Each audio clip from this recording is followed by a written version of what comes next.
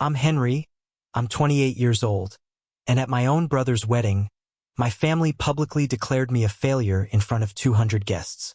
Before I tell you about the moment that changed everything, the moment a single piece of news silenced the entire ballroom and turned their perfect celebration into the scene of their greatest humiliation, let me know where you're watching from in the comments below.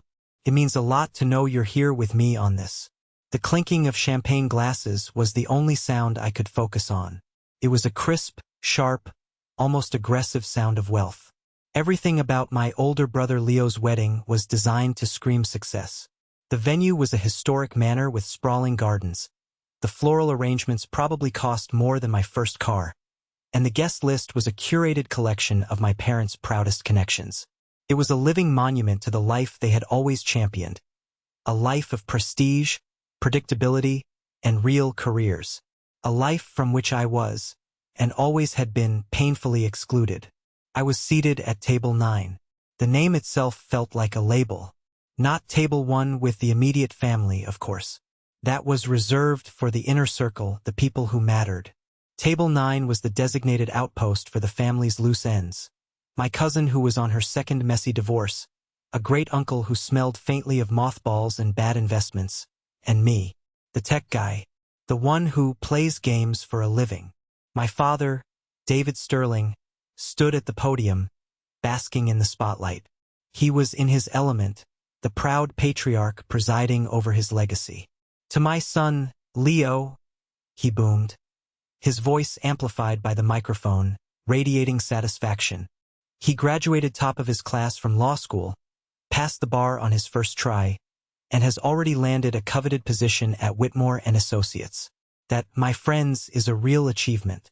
He is building a real future for himself and his beautiful bride, Jessica. Polite applause rippled through the room. My father's eyes scanned the crowd, and for a heart-stopping second, they locked onto mine. There was no warmth, no flicker of inclusion, just a familiar, heavy glint of profound disappointment, as if my very presence was a stain on this perfect day. "I just wish," he continued, his voice dripping with carefully chosen meaning, "that both my children understood the value of hard work and legitimate careers." The air was sucked out of my lungs. He didn't use my name, but he didn't have to. Every single person there knew who the unnamed, illegitimate child was. The heat of shame crept up my neck, hot and suffocating. I stared down at the ridiculously expensive plate in front of me, tracing the gold leaf pattern with my fork, trying to anchor myself to something solid. Then, a movement near the entrance caught my eye. A woman with a sharp, dark bob and an even sharper business suit was speaking to the wedding planner. She held a notepad and moved with an air of clinical purpose that was utterly out of place amidst the flowing gowns and celebratory chaos. My phone vibrated in my pocket, a low, urgent buzz. A text from my CFO and best friend, Ben Carter. "Forbes is on site. They're running the story in 10 minutes. Are you ready for this?" My heart kicked into a new gear, a frantic, hammering rhythm against my ribs. I looked back at the woman. She was scanning the room, her eyes methodical, searching. It dawned on me with a jolt of adrenaline. She was looking for me. The band began a soft, romantic tune as servers in crisp white jackets began clearing the salad plates. The wedding machine was moving forward, flawless and oblivious. But I knew, before the cake was cut, before the first dance was over, the carefully constructed universe of the Sterling family was about to collide with actual reality. And the impact was going to be biblical. But first, I had to sit through one final, excruciating toast celebrating everything I wasn't, and everything they thought I'd never be. The dynamic was set before I could even spell my own name. Leo was the sun, the golden child, and I was the strange, quiet moon, forever caught in his gravitational pull. Our childhood home wasn't a home. It was a shrine to Leo's accomplishments. His debate team trophies gleamed on the mantelpiece, casting long shadows across the living room. His framed honor roll certificates marched up the staircase wall. His acceptance letter to a top-tier law school was treated with the reverence of a holy relic. My territory was the other side of the bedroom we shared. It was a chaotic landscape of dismantled computer towers, tangled nests of wires, and notebooks filled with sprawling diagrams and lines of what my parents called gobbledygook. To them, it was a mess, a symptom of my failure to engage with the real world. To me, it was a laboratory where I could build new ones. "Henry, for God's sake, clean this junk up," my father would command. His lip curled in distaste as he nudged a motherboard with the toe of his polished shoe. "Why can't you be more like your brother? He's out there. He's president of the student council. He's preparing for his future." Their idea of a future was a single, brightly lit highway. Good grades led to a good college, which led to a respectable degree, law, medicine, finance, which in turn led to a stable, high-paying job with a clear path for promotion. My path wasn't a highway. It was a dense, uncharted forest I was hacking my way through with a keyboard for a machete. They didn't understand the forest, so they feared it. And they dismissed what they feared. The defining schism, the moment the cracks in our family turned into a canyon, was over my college fund. They had been diligently saving since the day I was born. A substantial nest egg meant to pave my way down that brightly lit highway. When I announced during my senior year of high school that I wasn't going to a traditional university, but instead wanted to use a portion of that money as seed funding for a gaming company I had already started conceptualizing with my friend Ben, the reaction was apocalyptic. "Absolutely not," my father roared, his face mottling with a familiar, terrifying shade of crimson. The vein on his temple pulsed. "That money has a purpose. It's for your education. For a real degree. I will not stand by and watch you squander it on some childish, idiotic computer game fantasy." "It's not a fantasy, Dad," I pleaded, my voice cracking with the desperation of a teenager trying to explain a new world to people stuck in the old one. "It's a business. I have a business plan. I have user engagement projections. I have a monetization strategy. I don't want to see your projections." He spat the word out like it was poison. "You're throwing your life away. Your brother is on track to become a lawyer, a man with a guaranteed salary, a man who will command respect. What will you be? A 30-year-old man-child living in my basement, playing with digital toys." The words were like stones, each one a direct hit. But it was my mother's reaction that truly shattered me. She just stood there, twisting her wedding ring, her eyes darting between my father's furious face and the floor. She wouldn't look at me. Her silence was her verdict. In her eyes, I had already been tried and convicted of the crime of being a disappointment. I didn't touch the college fund. I walked away from it, and in many ways I walked away from them that day.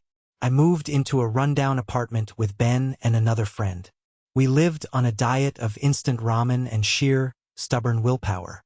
We worked 18-hour days, fueled by cheap coffee and a burning desire to prove them wrong.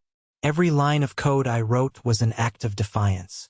Every small victory, every new user, was a silent argument in a debate they didn't even know we were having. I was building my own world, because it was painfully clear the one I was born into had no room for me. In the first year of Quantum Realm games, we were running on nothing but ambition. Money wasn't just tight. It was a ghost we talked about but never saw. Our servers were a Frankenstein's monster of second-hand computer parts that hummed ominously in the corner of our cramped living room, threatening to overheat at any moment.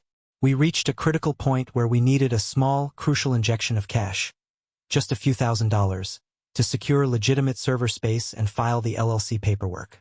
It was the difference between being a real company and a glorified hobby.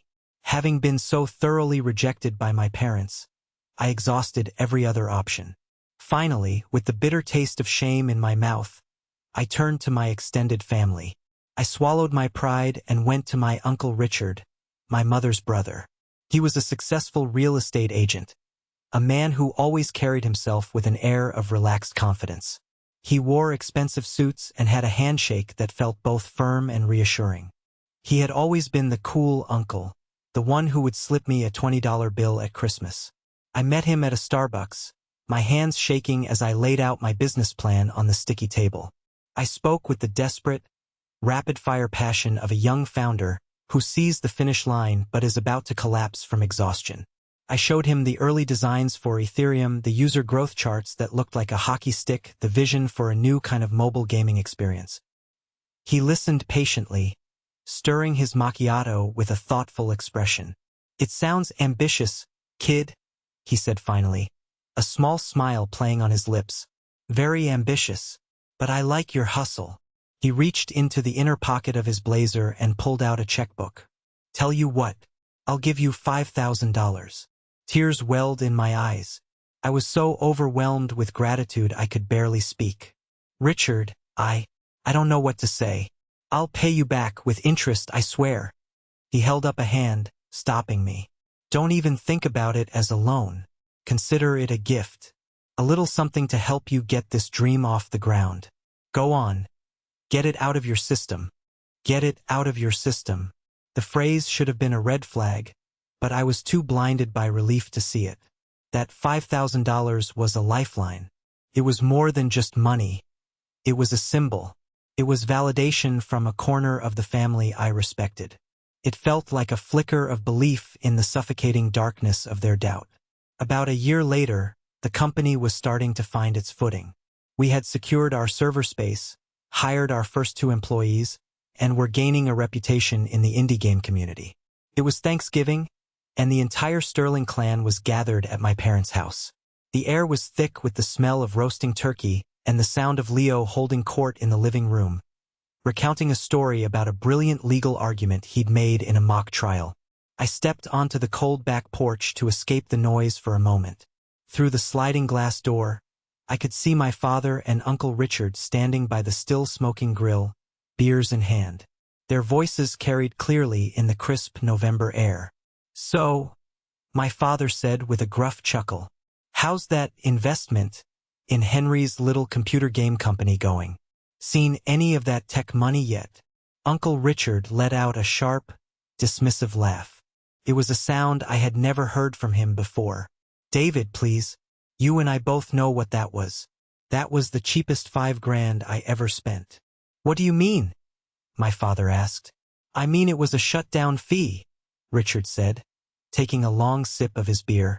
"It was cheaper than having to listen to him ramble on about his vision for the next 10 years. I gave him the money so he could go play business, fail, and get it over with.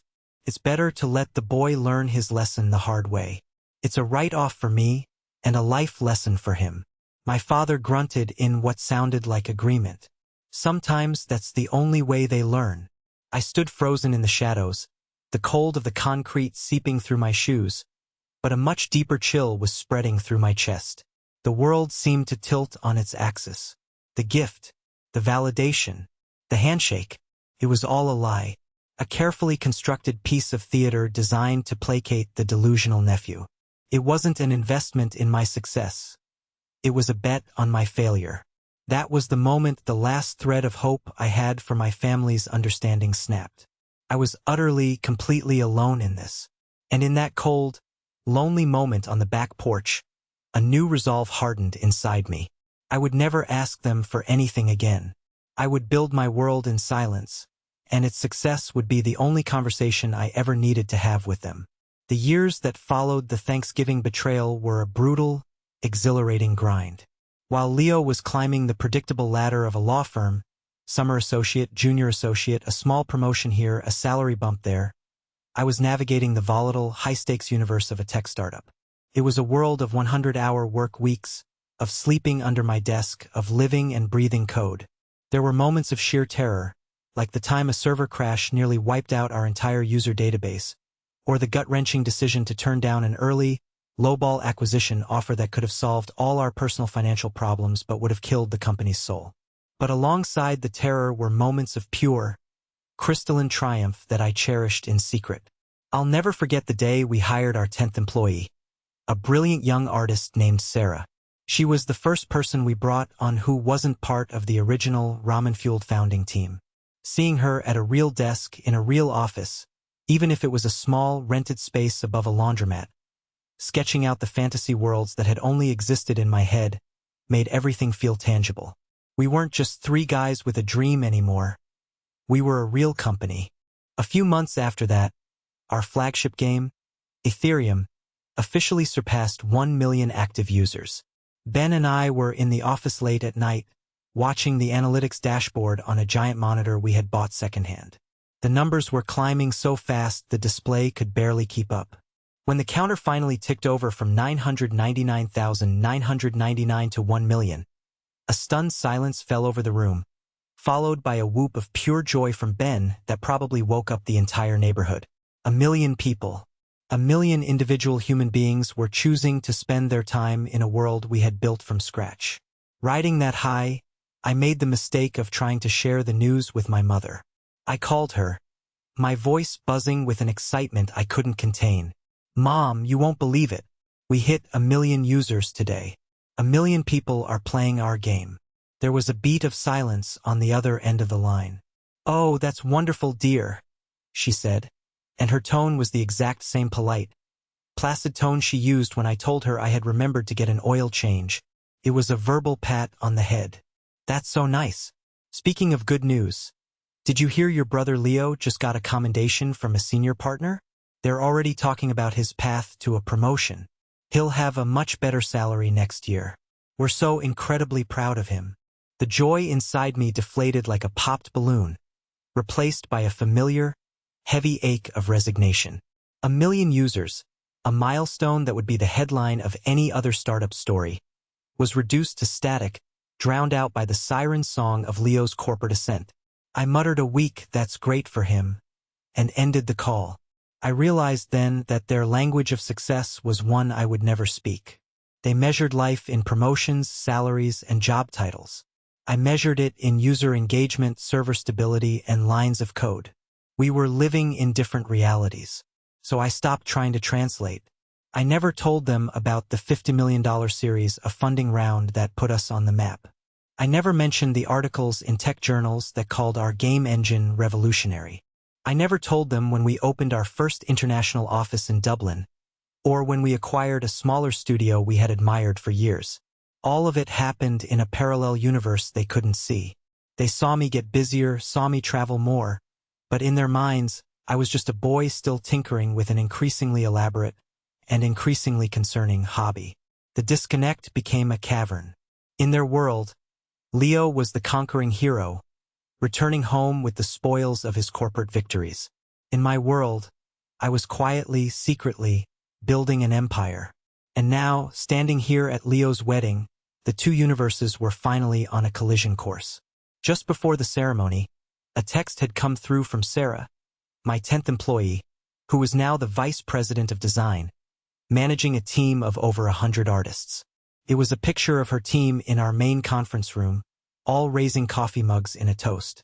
The caption read, "Good luck with the family. Your other family is here cheering you on. Go get boss." I smiled, a real, genuine smile for the first time that day. It was a powerful reminder. My worth wasn't up for debate at table one. It had already been defined, built, and proven in a world they knew nothing about. It was time for the walls between those worlds to come crashing down. The ceremony was a blur of performative sentimentality. Now, at the reception, the real business of the Sterling family was underway, reinforcing the social hierarchy. Leo and his new wife, Jessica, were the king and queen, holding court on the dance floor. I was the court jester, relegated to the Siberia of Table 9, a geographical representation of my status in the family. My Aunt Carol, a woman whose smile was as sweet and as toxic as saccharin, leaned in so close I could smell her cloying perfume. "Henry, dear, it's so wonderful to see you. How is everything?" She waved a vague, dismissive hand, a gesture meant to encompass the entirety of my incomprehensible existence. "Still keeping busy with your little computer business?" The phrase "little computer business" was a dagger wrapped in silk. "It's going well, Aunt Carol," I replied, my voice dangerously tight. "We're in a growth phase." "Oh, lovely," she chirped, her eyes gleaming with the predatory curiosity of someone waiting for bad news. "Expanding the garage, are you? Your father told us you're still working from home. It must be so difficult to find the motivation without a proper office to go to, without a boss to keep you on track. I know I could never manage it. I need the structure." Every word was a perfectly calibrated insult, delivered with the plausible deniability of concern. She was painting me as a lazy, undisciplined child, incapable of functioning without adult supervision. I forced a smile that felt like cracking plaster. You learn to be your own boss. Just then, Markham, one of Leo's most insufferable friends from law school, swaggered over to our table. He was loud, overly confident, and reeked of expensive whiskey and entitlement. He clapped me on the shoulder with enough force to make me flinch. "Henry, the prodigal son returns," he boomed, spraying a fine mist of alcohol-laced saliva. "Leo tells me you're a big-shot game designer now. What's the latest? Making the next Angry Birds." He and the other lawyer types at his table snickered. "Something like that," I said, my patience stretched to a razor-thin thread. "You know," Markham continued, leaning in conspiratorially, "my nephew, he's 10. He's a little genius with these video games. Absolutely obsessed. Maybe I can hook you two up for a chat. You could, exchange notes on level design." The condescension was so profound, so utterly staggering, it almost looped back around to being impressive. He was, without a hint of irony, comparing me, the CEO of a multinational corporation on the verge of a $10 billion valuation, to his video game-obsessed 10-year-old nephew. That was when I saw it with perfect, painful clarity. It didn't matter what I achieved. It didn't matter if I had 1 employee or 1,000. In their world, I would forever be a boy playing with toys in the basement. I wasn't a peer. I wasn't even an adult in their eyes. I was a strange, amusing sideshow to the main event of their serious, important lives. I deliberately pushed my chair back from the table, creating a small moat of personal space. I was done. I was done trying to explain. I was done defending my life's work. The time for words was over. The time for consequences was about to begin. Across the sprawling ballroom, I saw her again. Catherine Vance, the journalist from Forbes. She was speaking quietly with the maitre d', who then nodded and pointed a discreet, white-gloved finger directly at me. Her eyes met mine across the crowd, and she gave a single, almost imperceptible nod. It was a signal. The countdown had begun. The band finished their set with a flourish. The DJ seamlessly took over, launching into a generic, upbeat pop song. People were laughing, drinking, blissfully unaware. They were all dancing on the deck of the Titanic, and I was the only one who could see the iceberg dead ahead. As the DJ faded the music, a reverent hush fell over the room. My father strode back to the podium, a look of immense satisfaction on his face. This was his coronation as much as it was Leo's wedding. This was his moment to present his masterpiece, his successful lawyer son, to the world. He tapped the microphone, the sound echoing through the cavernous ballroom. "As a father," he began, his voice thick with practiced emotion, "you have certain dreams for your children. You hope they find happiness, of course. That's a given. But you also hope they find respect. You hope they build a life for themselves that commands it, a life that doesn't need explanation or apology." He paused for dramatic effect, letting the words sink in. He turned his beaming gaze to Leo, who was sitting at the head table, looking every bit the triumphant prince. "Leo, you have surpassed every dream a father could ever dare to have. You chose a noble path, a path of discipline, of intellect, of prestige. When you tell someone you are a lawyer, they understand what that means.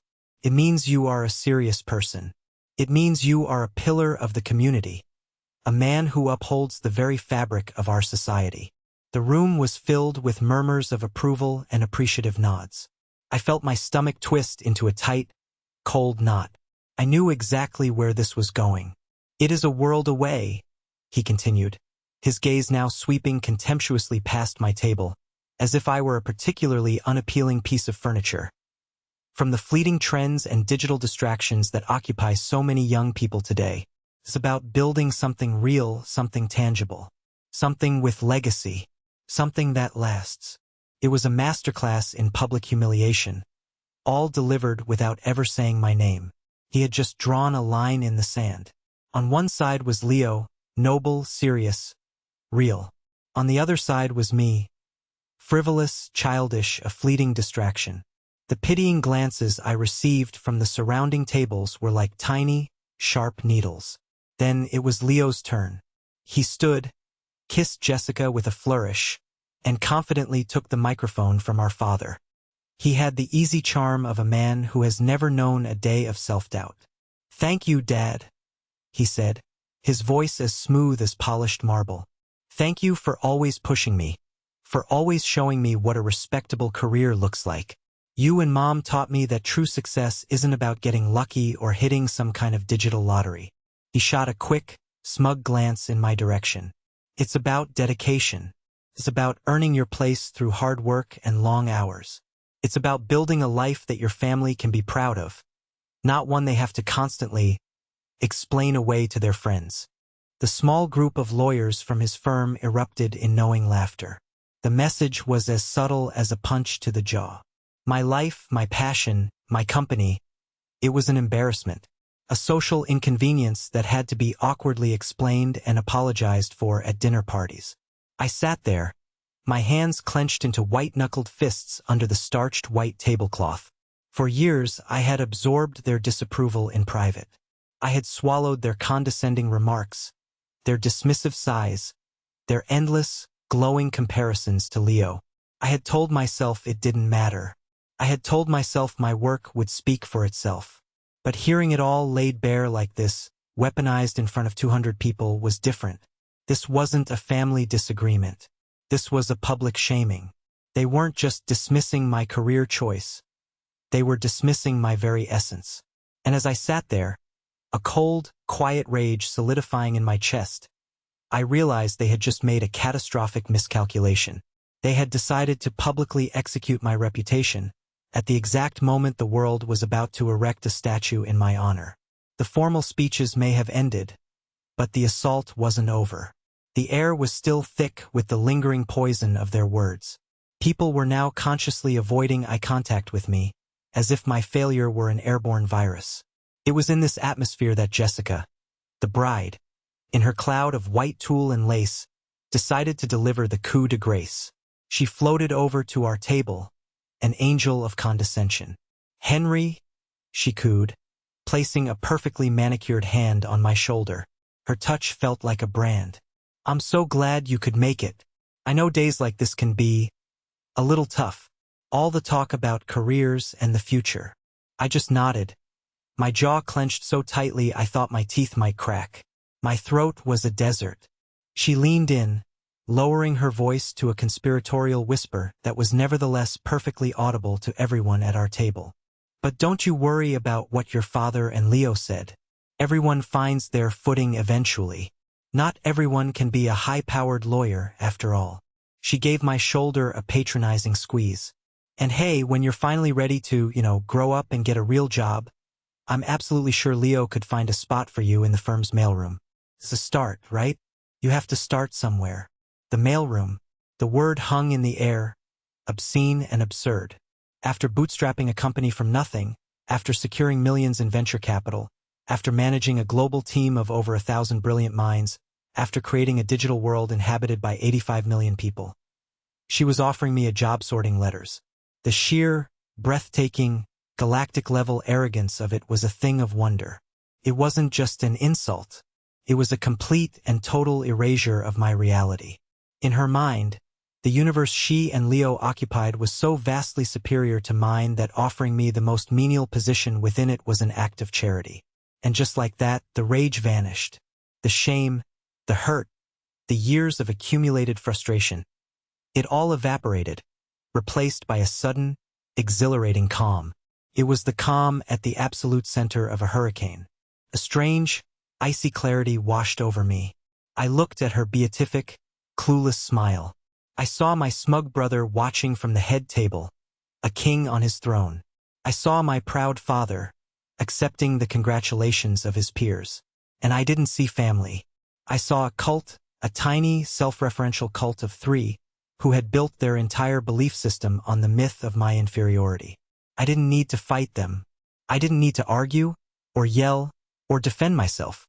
Their entire world was a fragile house of cards, built on a foundation of profound ignorance. And a gale-force wind was just moments away. My phone, lying face down on the table, vibrated. A new text from Ben. "It's live. Forbes homepage. It's done. The world knows now. I took a slow, deliberate breath. I lifted my head and met Jessica's condescending gaze. I didn't say a word. I just gave her a small, tight, unsmiling smile. It was a smile that didn't reach my eyes. It was a smile that said, "You have absolutely no idea what you've just done." Across the room, Catherine Vance, the journalist from Forbes, began to walk towards our table. Her stride was purposeful, her expression neutral. Every click of her sensible heels on the polished marble floor was a tick of a clock, counting down the final seconds of their perfect, ignorant world. Jessica's angelic smile faltered, a flicker of confusion crossing her face at my strange, silent reaction. She opened her mouth to say something else, probably another piece of well-meaning, soul-crushing advice about my future prospects in mail delivery. But she never got the chance, because at that exact moment, Catherine Vance arrived at table 9, and the storm at long last made landfall. The arrival of Catherine Vance at table 9 was not a loud event, but it shifted the room's center of gravity. The ambient chatter around us didn't stop, but it faltered, like a record skipping. People who had been looking anywhere but at me were now casting intrigued, sideways glances. Catherine Vance carried with her an aura of quiet, serious importance that was utterly alien to the boisterous, celebratory atmosphere of the wedding. She was a black-and-white photograph in a Technicolor movie. "Mr. Henry Sterling?" she asked. Her voice was calm, clear, and professional. It wasn't loud, but it cut through the background noise like a laser. I pushed my chair back and stood, my movements feeling slow and deliberate. "Yes, but please call me Henry." "Catherine Vance," she said, extending a hand. Her handshake was firm and brief. "From Forbes magazine. It's a pleasure to finally meet you in person. I've been following the story of your company for months now." The name Forbes dropped into the conversation at our table like a stone into a silent pond. The ripples spread instantly. I saw my Aunt Carol's jaw, which had been set in a permanent line of disapproval, go slack. Markham, Leo's whiskey-fueled friend, actually choked for a second. His condescending smirk wiped clean from his face. The word Forbes was a powerful signifier. It meant money. It meant power. It meant a world far removed from law firm partnerships and suburban prestige. "Thank you for coming, Catherine," I said, my voice remarkably steady. The icy calm inside me had become a fortress. I felt a strange sense of detachment, as if I were watching a play I had written long ago, waiting for the actors to deliver their final climactic lines. "I wouldn't have missed it for the world," she replied, a tiny, almost imperceptible smile touching her lips. She understood the theater of the moment. "The article just went live on our homepage a few minutes ago. It seems you're the talk of the financial world tonight." This was the catalyst. A subtle but seismic shift began. The ripple of murmurs from our table spread outwards. Phones, which had been tucked away, began to emerge from expensive pockets and designer purses. A few discreet taps on glowing screens, a few swipes of a thumb, and then a new kind of silence began to fall. It started in the tables closest to us and spread outwards. It wasn't the polite, respectful hush from the speeches. It was a stunned, disbelieving quiet as screen after screen lit up with the same image. My face under a bold headline. My family at the head table, the epicenter of the old world order, remained blissfully ignorant for a few more seconds. My father was locked in a hearty backslapping laugh with Jessica's father. My mother was fussing over the floral centerpiece, a perfect portrait of domestic pride. Leo was holding court, regaling his friends with a triumphant story, his hands gesturing expansively. They were encased in a bubble of their own self-importance, so thick and resilient that they hadn't noticed the pressure change in the room. But others had. I saw Mr. Henderson, an old business partner of my father's and a savvy investor, staring at his phone, his eyes wide with shock. He looked from his screen, to me and back again, a look of dawning, incredulous comprehension on his face. He had been at the next table. He had heard every single condescending word of my father's and Leo's speeches. Catherine, a master of her craft, ignored the growing spectacle. She spoke only to me, her voice pitched just loud enough to be clear and authoritative. We're projecting Quantum Realm Games will have a valuation of $10 billion by the end of the next fiscal year. Your personal net worth, based on your equity and recent funding rounds, has just crossed the $2 billion mark. Congratulations, Henry. You are officially the youngest self-made billionaire in the history of the gaming industry. She delivered the lines with the flat, unemotional cadence of a news anchor reporting the stock market closing. But each word was a tactical nuke, detonating in the silent ballroom. 10 billion, 2 billion, billionaire.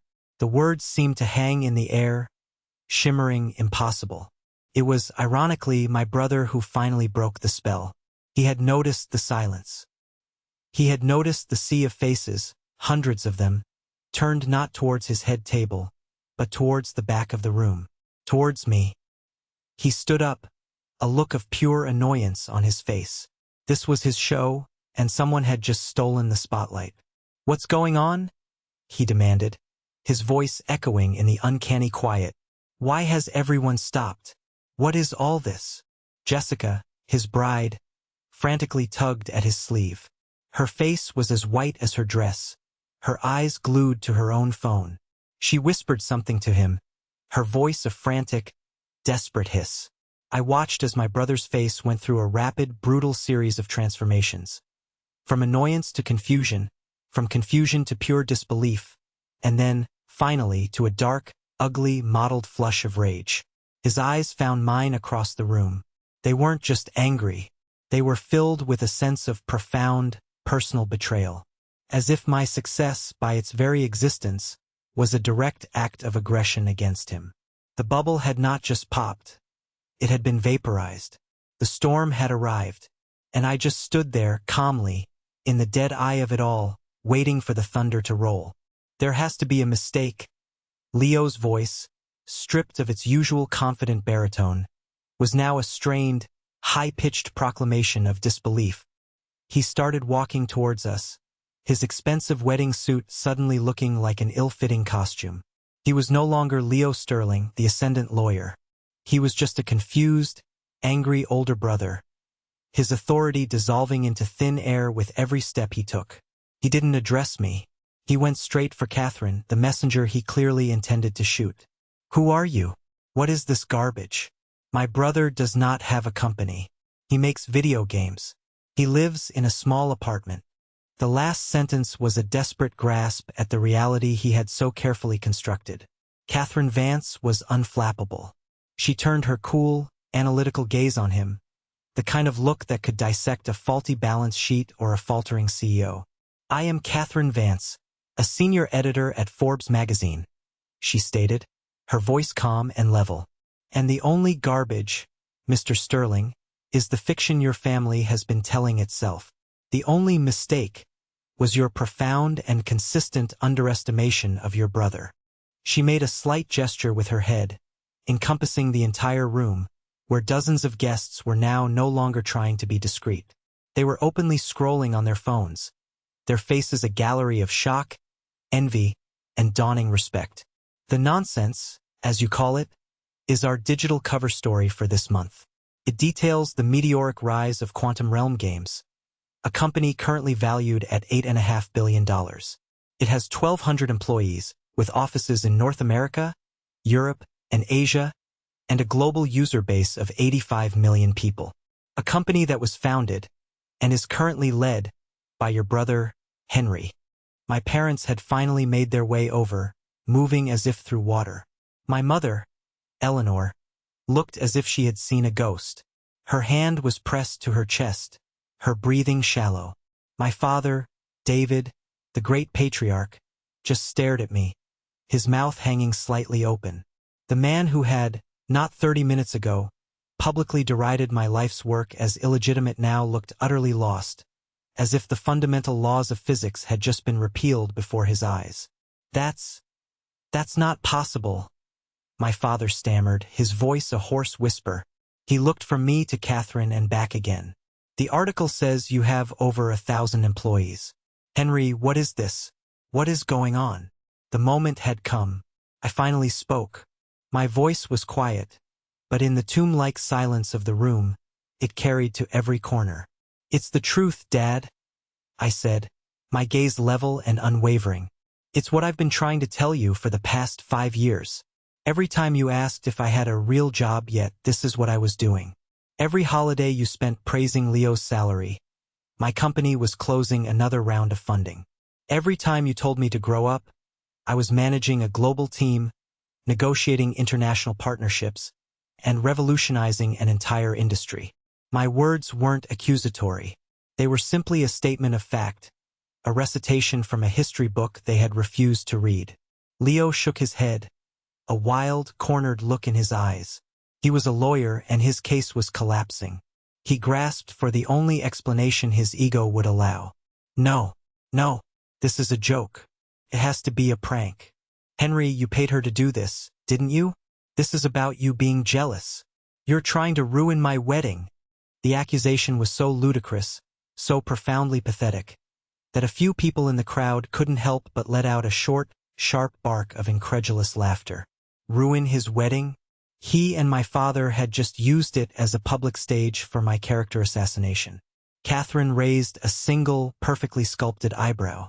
"Mr. Sterling," she said, addressing Leo directly, her voice now laced with an Arctic chill. "Forbes magazine has a reputation spanning more than a century. We do not accept payment for our cover stories. And I can assure you, with the full weight of our legal and research departments behind me, an $8.5 billion valuation is no joke." The finality in her voice seemed to finally break through my mother's denial. She swayed on her feet, grabbing my father's arm for support. "David," she whispered, her voice trembling and full of a dawning horror. "Oh, David, what have we done?" My father didn't answer her. He just stared at me, his eyes a swirling vortex of emotions I had never seen directed at me before. Confusion, regret, and something that looked terrifyingly like awe. But beneath it all was fear. He wasn't afraid of me. He was afraid of the vast, yawning chasm of his own ignorance that had just opened up at his feet.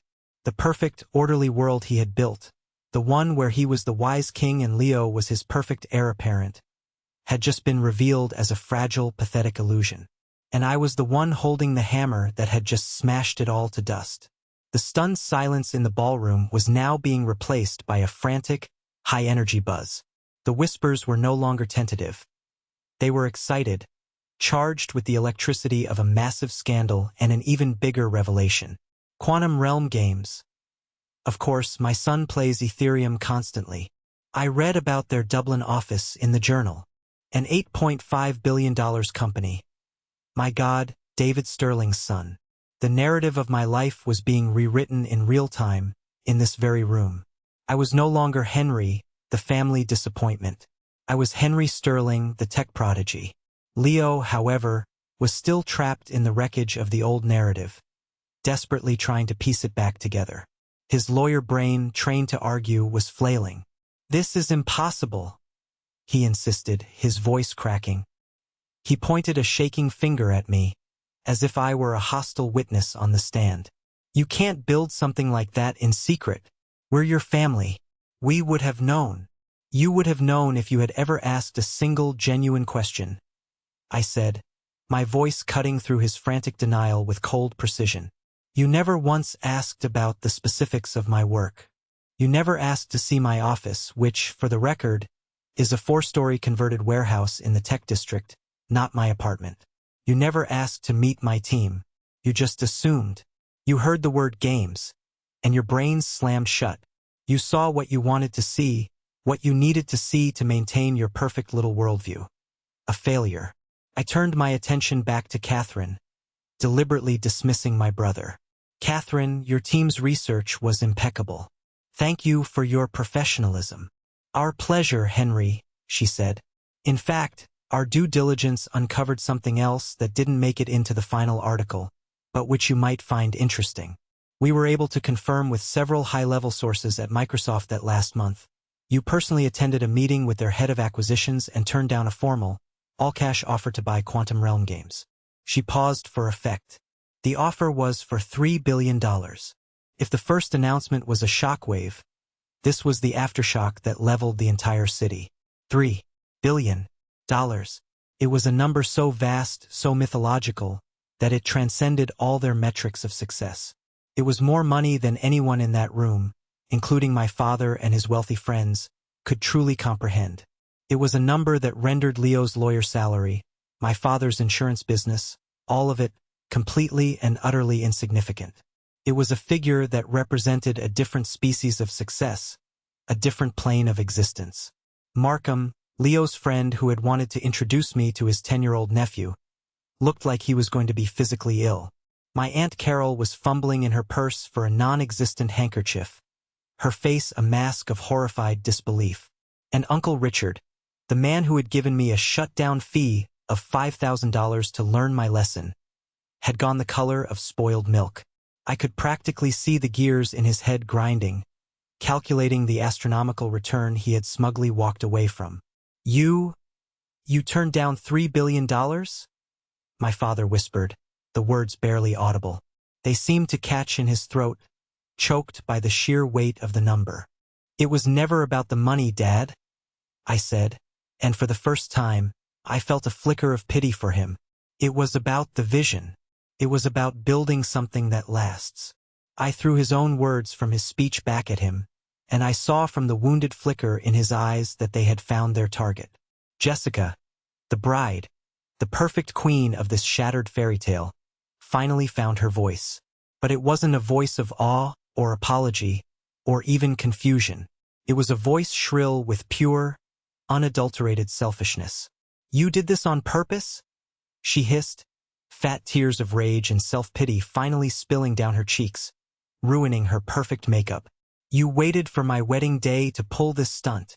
You've ruined everything. I looked at her, at my sputtering brother, at my shell-shocked parents, and I realized with a profound clarity that they still didn't get it. They couldn't. They thought this was about them, a calculated act of revenge. They were so trapped in their own solipsistic drama that they couldn't comprehend that their wedding, their big day, was just a minor, insignificant event in the larger world. It was simply the day a magazine decided to publish a story. Nothing more, nothing less. I didn't do anything, I said, my voice completely devoid of emotion. I just accepted an invitation to my brother's wedding. The rest of the world did the rest. This was the moment that changed everything, when I finally took back control of my own life. Thank you so much for sticking with me this far. You're amazing. If you could, please help me out by liking this video and commenting the number 1 down below, just so I know you made it here with me. It doesn't just help more people find this story. It lets me know that my experiences mean something to someone out there. Your support is the biggest motivation for me to keep sharing the rest of this journey. The party was well and truly over. The DJ, bless his heart, made a few pathetic attempts to restart the music, but the festive atmosphere had been sucked out of the room and replaced by a thick, buzzing tension. The 5-tier wedding cake, a monument to a celebration that was now dead, sat untouched and ignored. The dance floor was a vacant expanse of polished marble. Leo and Jessica's perfect day had been completely and irrevocably hijacked. It would forever be known not as the day they started their life together, but as the day the Sterling family's dirty laundry was aired and their forgotten son was revealed to be a king. The social dynamics of the room had inverted. Guests were no longer approaching my parents to offer congratulations. They were swarming me. Men in expensive suits who had looked straight through me an hour ago were now pressing their business cards into my hand, their eyes gleaming with newfound respect and opportunism. Henry, we have to talk about synergy. My venture capital firm would love to get in on your next round. Mr. Henderson, my father's old business partner, a man my father deeply respected, strode over and clapped me on the back with a booming laugh. Henry, I always told your father he didn't know what he had with you. That boy's got a different kind of mind. I said, you have to tell me about this mobile gaming architecture you've pioneered.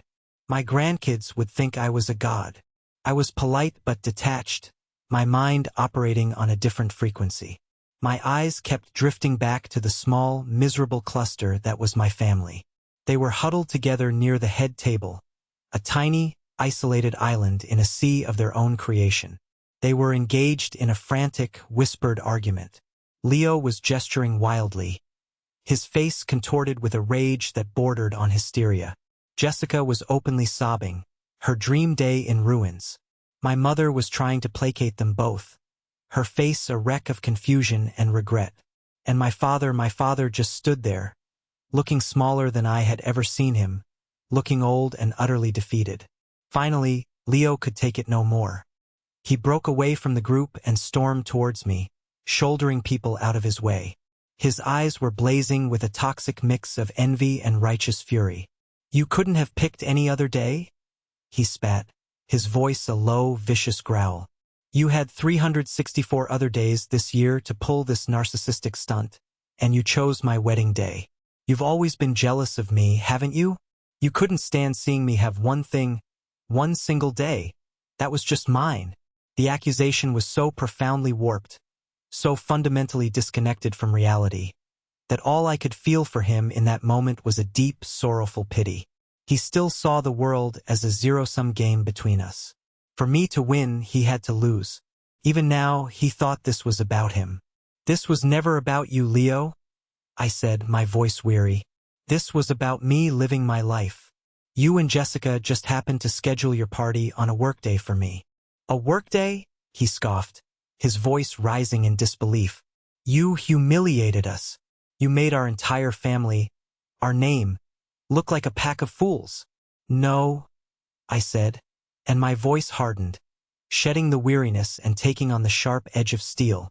I took a deliberate step closer to him, and for the first time in our entire lives, he was the one who instinctively took a step back. The power dynamic had been permanently, irrevocably altered. "You did that all by yourselves. You spent years, decades, treating me like I was a stain on the family name. You used your own wedding as a public stage to shame me and my life's work one final time. Your only mistake was not realizing the audience was bigger than you thought. You lit the match, Leo. You just didn't realize you were standing in a room full of dynamite." My parents and Jessica had trailed behind him, a miserable procession. My mother reached out a trembling hand towards my arm. "Henry, please," she begged, her eyes pleading. We didn't know. We swear we didn't know." "That's the entire point," I said, my gaze sweeping over each of their stricken faces. "You didn't know. And you didn't know because you never cared enough to find out. You had your perfect little narrative, your tidy little story about the successful lawyer son and the failed dreamer son, and you were never going to let a single inconvenient fact get in the way of it." I glanced at my watch, a deliberate, dismissive gesture. "I have an early flight to Seoul tomorrow for a meeting with our Asian market development team. I should get going." "Don't you dare walk away from us," my father said, his voice a pathetic echo of its former booming authority. I turned to face him fully. All the years of ingrained fear and intimidation I'd felt in his presence had simply vanished. I wasn't looking at a giant anymore. I was just looking at a man, a flawed and frightened man who had allowed his own history to poison his relationship with his son. "I'm not walking away from you," I said calmly, correcting him. "I'm just leaving. There's a fundamental difference." I looked at my brother, at the ruins of his perfect day. "Congratulations on your wedding, Leo." Then I turned my back on them and walked out of the ballroom. I didn't look back. I could feel 200 pairs of eyes on me. But for the first time in my life, I didn't care what a single one of them thought. I was finally, blessedly, free. In the 6 months that followed what the tech blogs had dubbed the wedding crash, my life accelerated from a sprint into a warp-speed blur. The Forbes article wasn't just a match. It was a gallon of gasoline poured on a bonfire. The story of the reclusive gaming genius who was publicly disowned by his family on the same day he was outed as a billionaire was irresistible. It had drama, it had conflict, it had a satisfying David and Goliath arc, even if David was a billionaire himself. Quantum Realm Games was no longer just a successful company. We were a cultural phenomenon. I found myself on the cover of Wired magazine, standing in our gleaming new R&D lab, a holographic model of a new game world floating between my hands. The headline was simple and devastating. Henry Sterling didn't just build a game, he built a new reality. The fame was an awkward, ill-fitting suit. I was, at my core, an introvert, a builder. I was more comfortable with the clean logic of a line of code than the messy unpredictability of a television camera. But Ben, my ever-practical CFO and the best friend a guy could ask for, insisted it was a necessary evil. "You're the story now, man," he'd said, clapping me on the back after a particularly grueling photo shoot.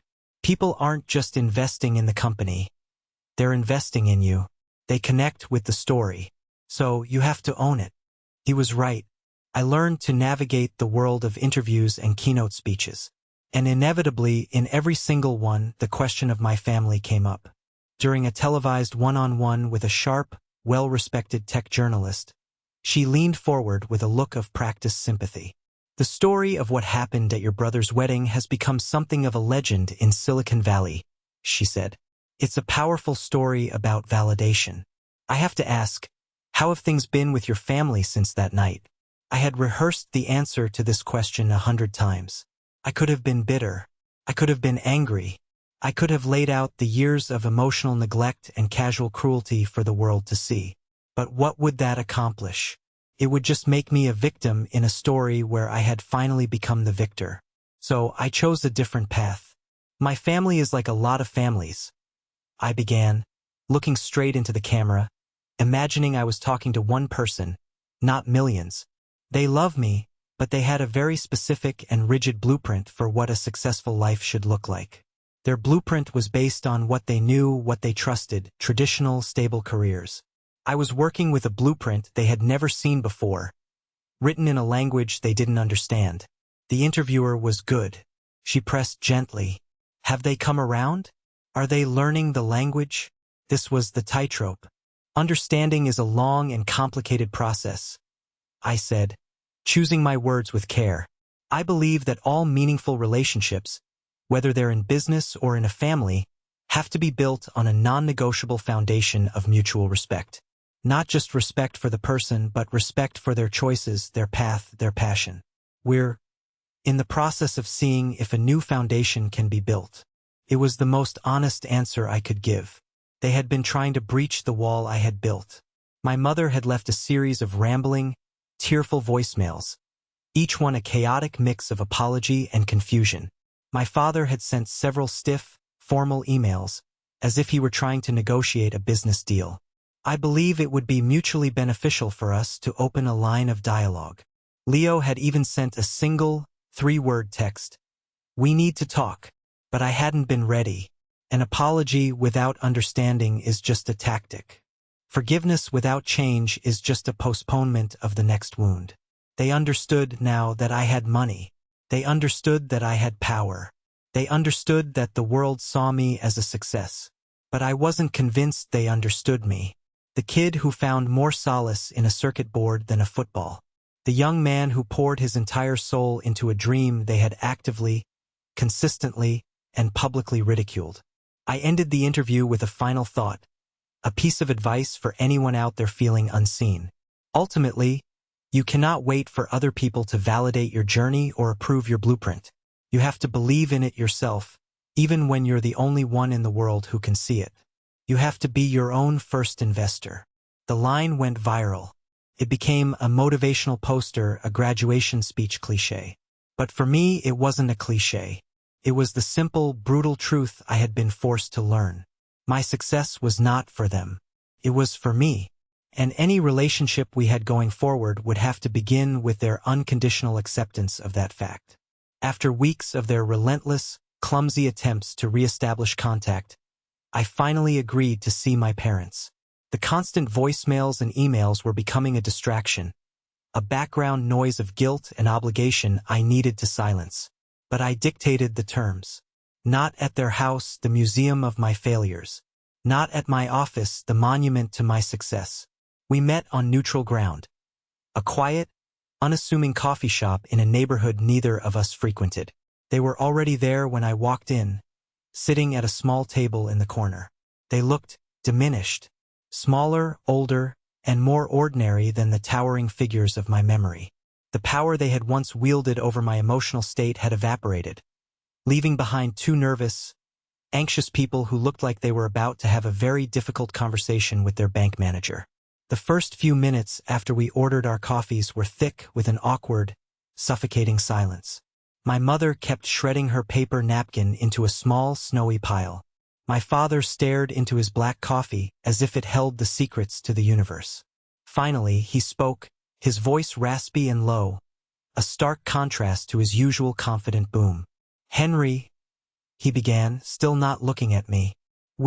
Your mother and I, we know we've made a terrible mistake."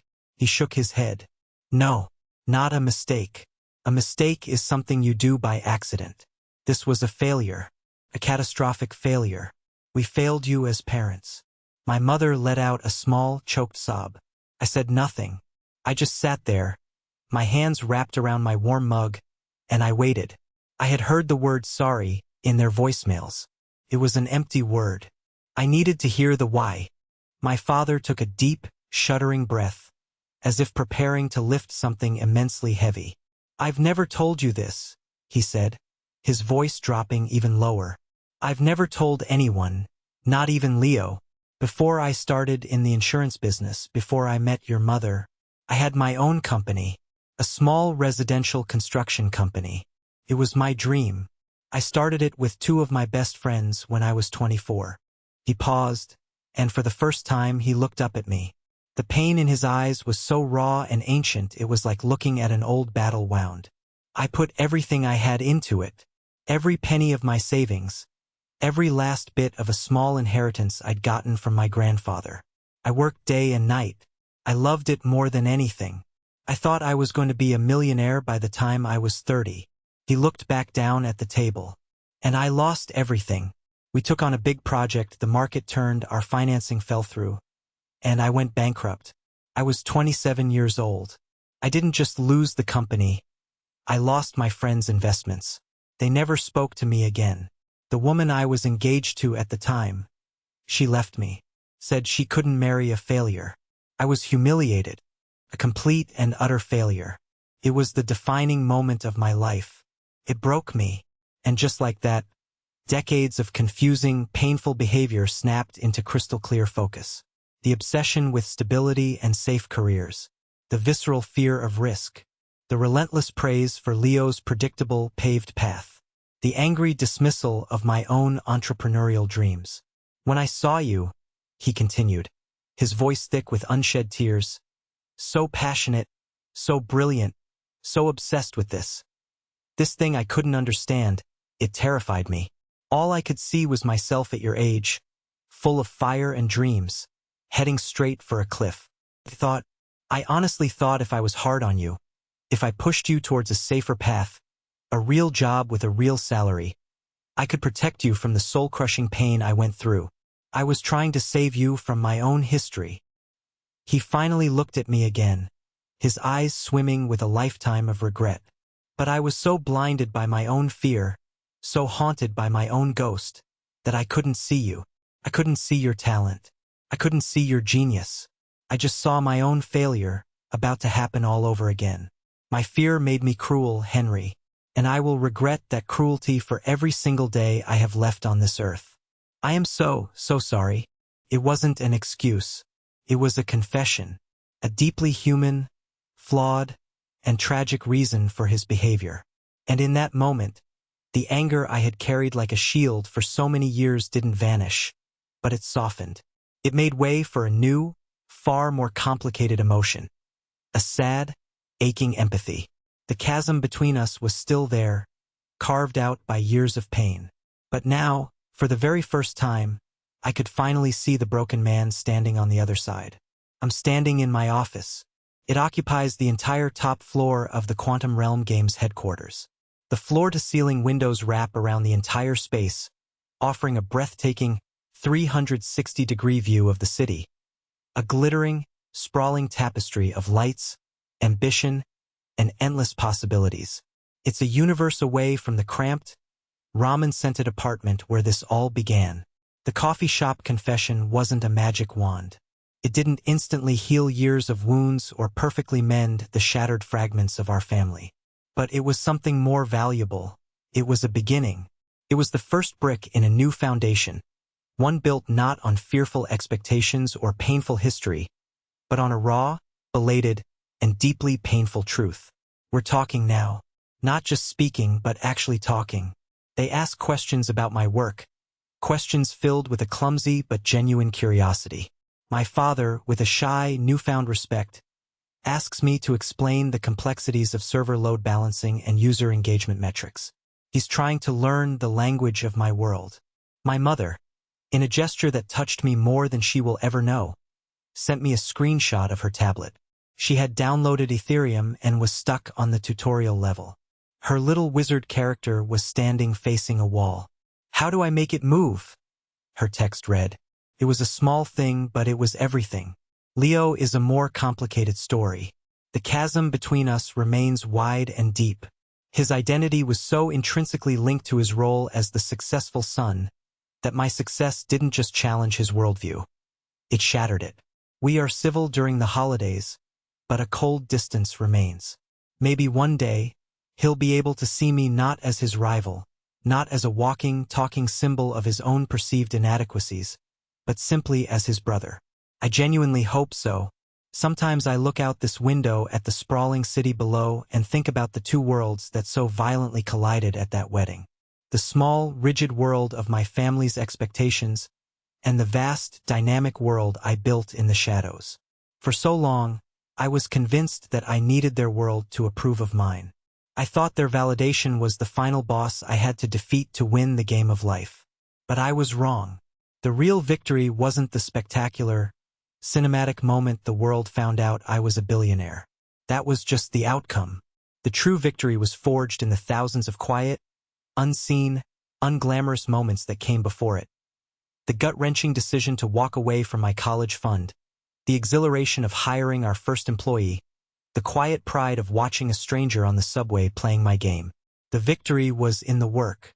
It was always in the work. My family's validation was never the prize. The prize was this: the company, the culture of creativity we've fostered, the community of millions we've built, the life that is authentically and unapologetically mine. I have learned that you cannot force people to see your vision. You just have to build it. Build it so brilliantly, so passionately, and so relentlessly that eventually, they can no longer ignore it. You have to build your own empire of self-worth, one brick, one line of code, one quiet act of faith at a time.